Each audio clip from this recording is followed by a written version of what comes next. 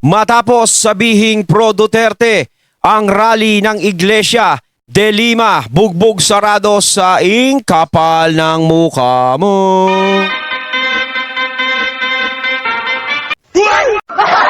Ayan, syempre itong balita ang ating matutunghayan ngayon ay nagmula kay Showbiz Fanatics. At ito po ang inyong lingkod na si BT na magbibigay ng reaksyon at komento dito sa video na ating matutunghayan ngayon. At huwag na natin pagtagalin at sabay-sabay na nating panoorin ang laman ng video na hatid sa atin ni Showbiz Fanatics at bibigyan natin ng reaksyon ang balitang ito.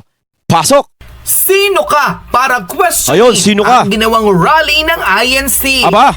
Hindi lamang batikos, kundi bugbog sarado sa netizens online. Maging sa ilang miyembro ng Iglesia ni Cristo ang dating senador na si Leila de Lima. Aba, nagpaparamdam na naman pala to. Kala ko medyo nasindak na ni PRR dito kasi talagang umampas si Perito, gumanon talaga si Dilima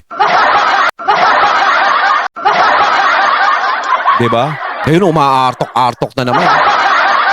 Matapos ang kanyang pahayag na tila hindi raw National Rally for Peace ang ginawa ng Iglesia ni Cristo, kundi rally para suportahan si VP Sara at kontrahin ang impeachment laban dito. So, ano ang big deal doon?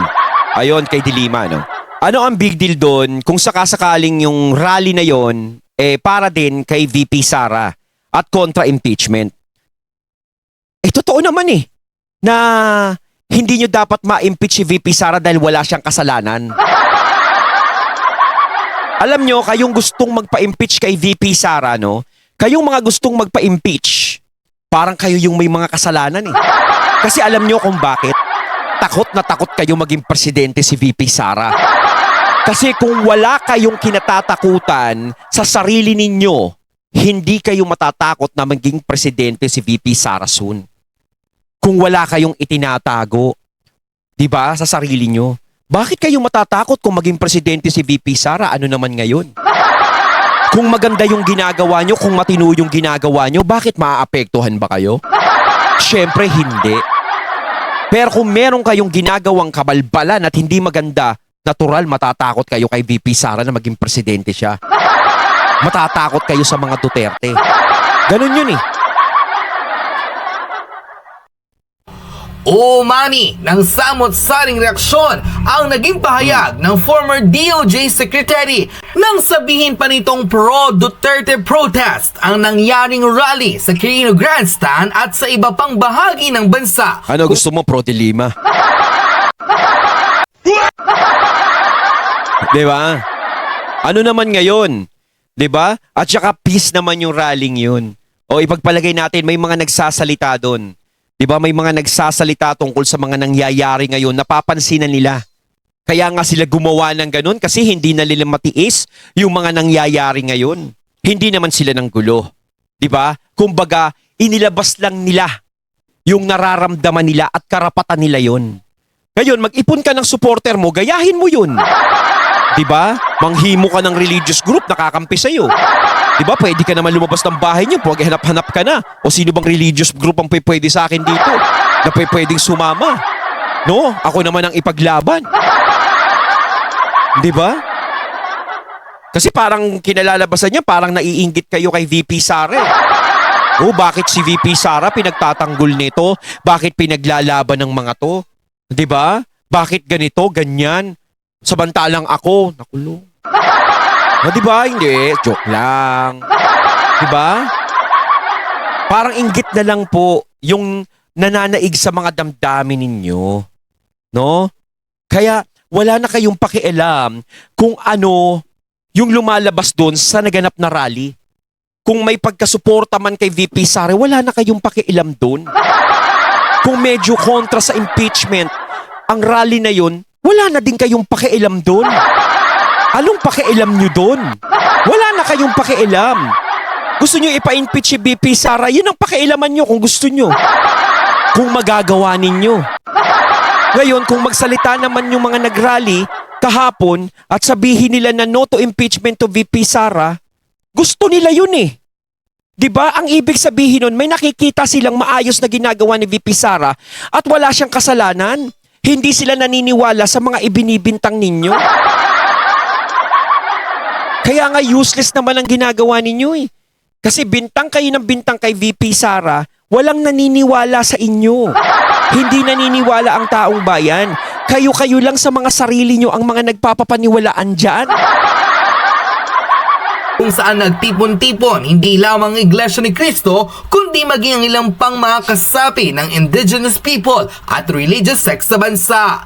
Mauna ng pinahayag ng Iglesia ni Cristo at ng pamunuang pangkalahatan sa panguna ni Ka Eduardo Manalo na hindi para sa politiko at sa kung sino man ang ginawang rally ng INC, kundi panawagan para sa kapayapaan, panawagan para sa kapayapaan, hustisya, at tunay na kaunlaran para sa bawat mamamayan. Yes. Nanindigan rin ng Iglesia ni Cristo na kaya lamang nila sinuportahan ang nasabing pagkontra sa impeachment case laban kay VP Sara dahil naniniwala silang hindi ito ang sagot sa napakaraming problema ng bansa. Tama.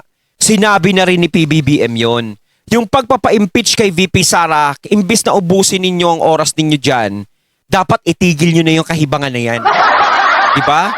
At sinang-ayunan yan ng Iglesia ni Cristo. Ang daming problema ng bansa pero nakatutok lang kayo sa mga Duterte. Ang dami ng taong naghihirap ngayon, naghihikahos. Marami na, mahal ang bilihin. Kailangan na kayo ng mga tao ngayon pero wala kayong ginagawa at inatupag kundi ang mga Duterte. Kung paano ipapa-impeach si VP Sara. Ganun na lang paulit-ulit ang nangyayari. Ngayon siguro napahinga kasi magkakaroon ng eleksyon.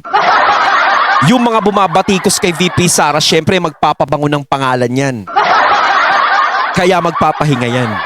Ang tanong, kapag nanalo kaya yung mga bumabatikos kay VP Sara, itong 2025 eleksyon, sa tingin nyo ititigil talaga nila yan?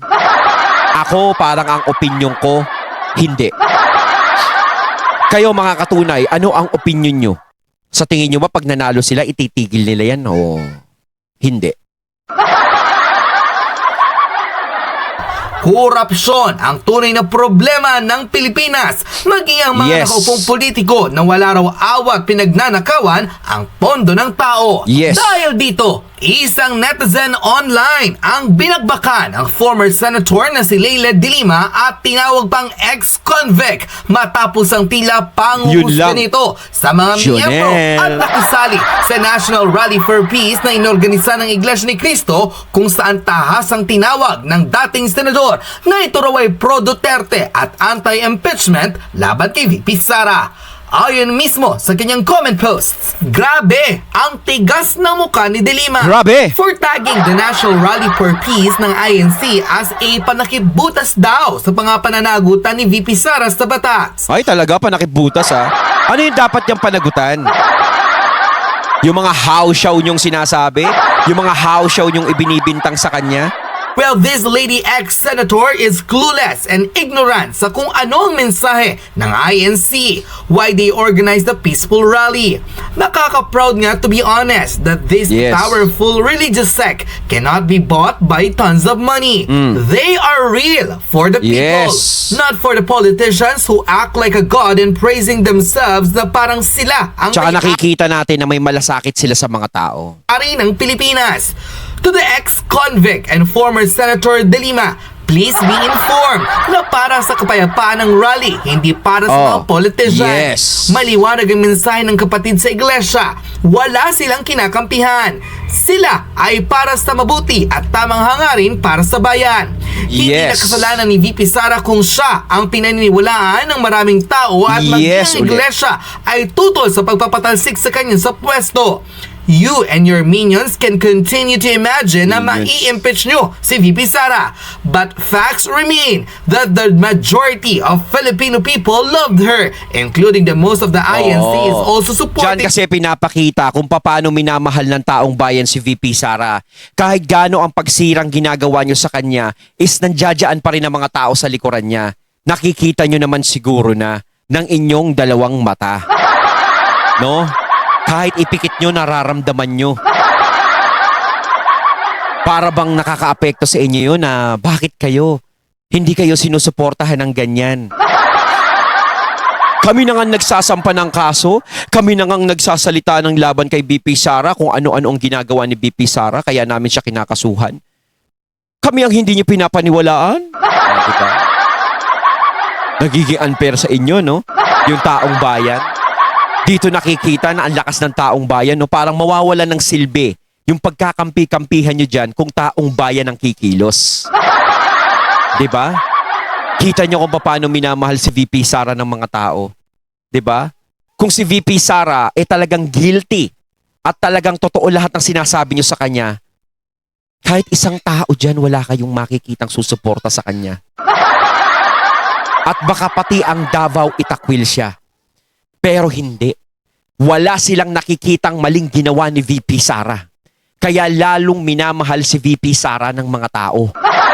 Kayo lang ang nagsasampa ng kung ano-ano at galit sa kanya.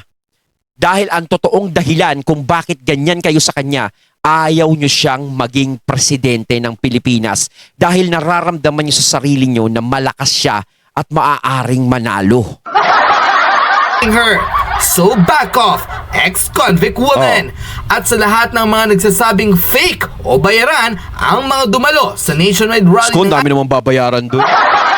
Bayaran daw, INC, panoorin nyo ang video ni Attorney Trixie where she goes to the actual place in Rizal Park to interview people kung bakit sila nag-decide na sumali sa rally. Ayun, natating natin kaya ng video na nagmula kay Showbiz Fanatics. Ayan syempre, kayo mga katunay, anong masasabi nyo tungkol dito? Comment lang po kayo sa comment box. So once again, I'm BT and I'm out. Peace.